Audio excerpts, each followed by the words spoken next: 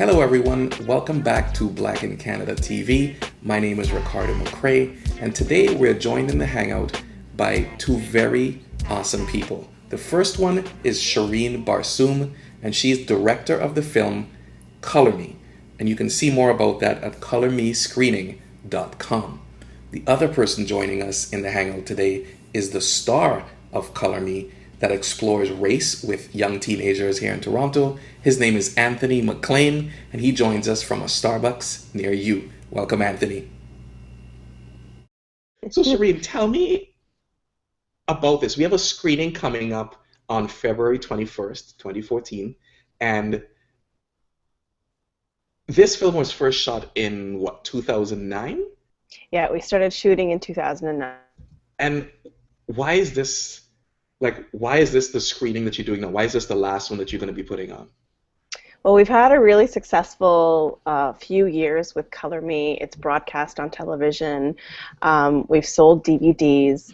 But incredibly, we've had so many requests throughout the years, and I haven't been able to arrange a screening for the public of people of Toronto for about a year and a half, and the requests keep coming in, and so we've decided for one last time we're going to do one last public screening.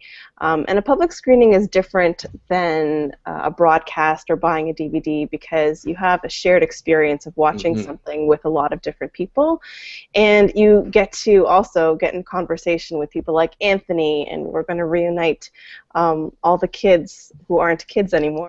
We're seeing the kids right here. So we have Anthony Mcclain up at the top. We have Justine, who's right here. We have Noreen, Javon, and Summer. I apologize. Javon, my bad. We have Summer, David, and Demi at the bottom here. So all of these kids were featured in this film. Yes. Tell us about what was the point of this?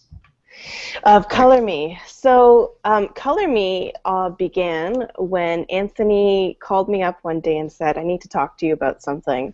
And and then we spent a number of days, actually. It wasn't a short telephone conversation.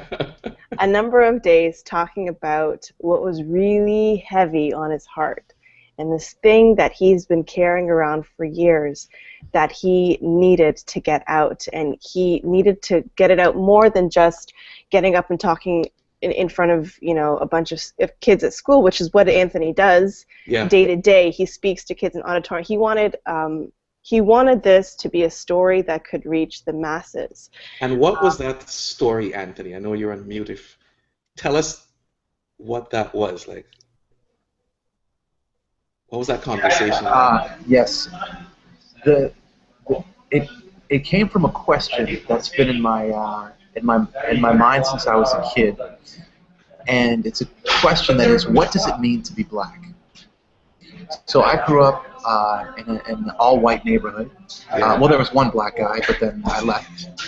So being the only black kid, I used to get teased a little bit. I had friends and everything, but I got teased for being black. And then all of a sudden in grade 6, rap culture had exploded, Fresh Prince was on TV, and all of a sudden for my friends it was cool to be black. Right. And so I went from, oh, that's weird that you're black, to, whoa, that's really cool. But then I got told that I was black kind of thing. Exactly, yeah. But then I got told that I wasn't quite black enough. It's cool that you're black, but you're not really like a gangster, and you're not really black. Yeah. Exactly. You're not like blackety black. You need to get blacker.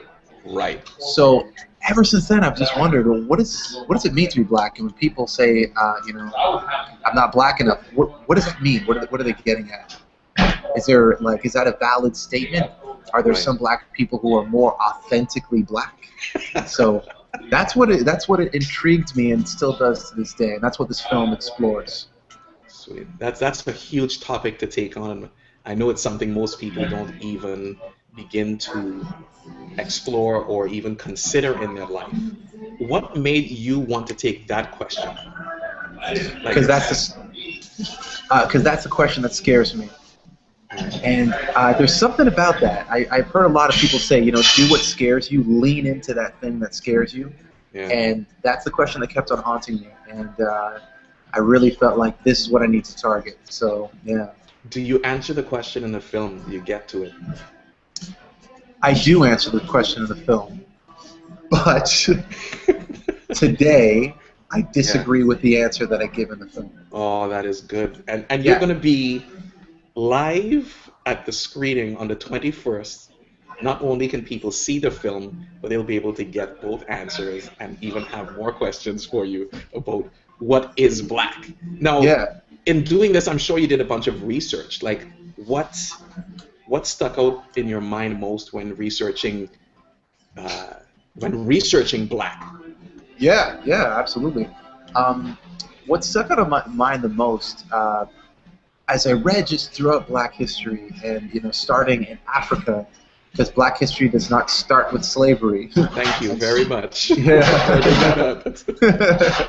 And so starting in Africa and African kingdoms and the rich cultures, and then through slavery and the Middle Passage, and through everything that has gone on with Black history in North America and the Caribbean and Brazil, what hit me was that I am part of Black history, that Black history has not stopped, that it's unfolding today, and what I do with my life and the opportunities that I have that so many people did not have, and so many people died with this as the hope they had for their children.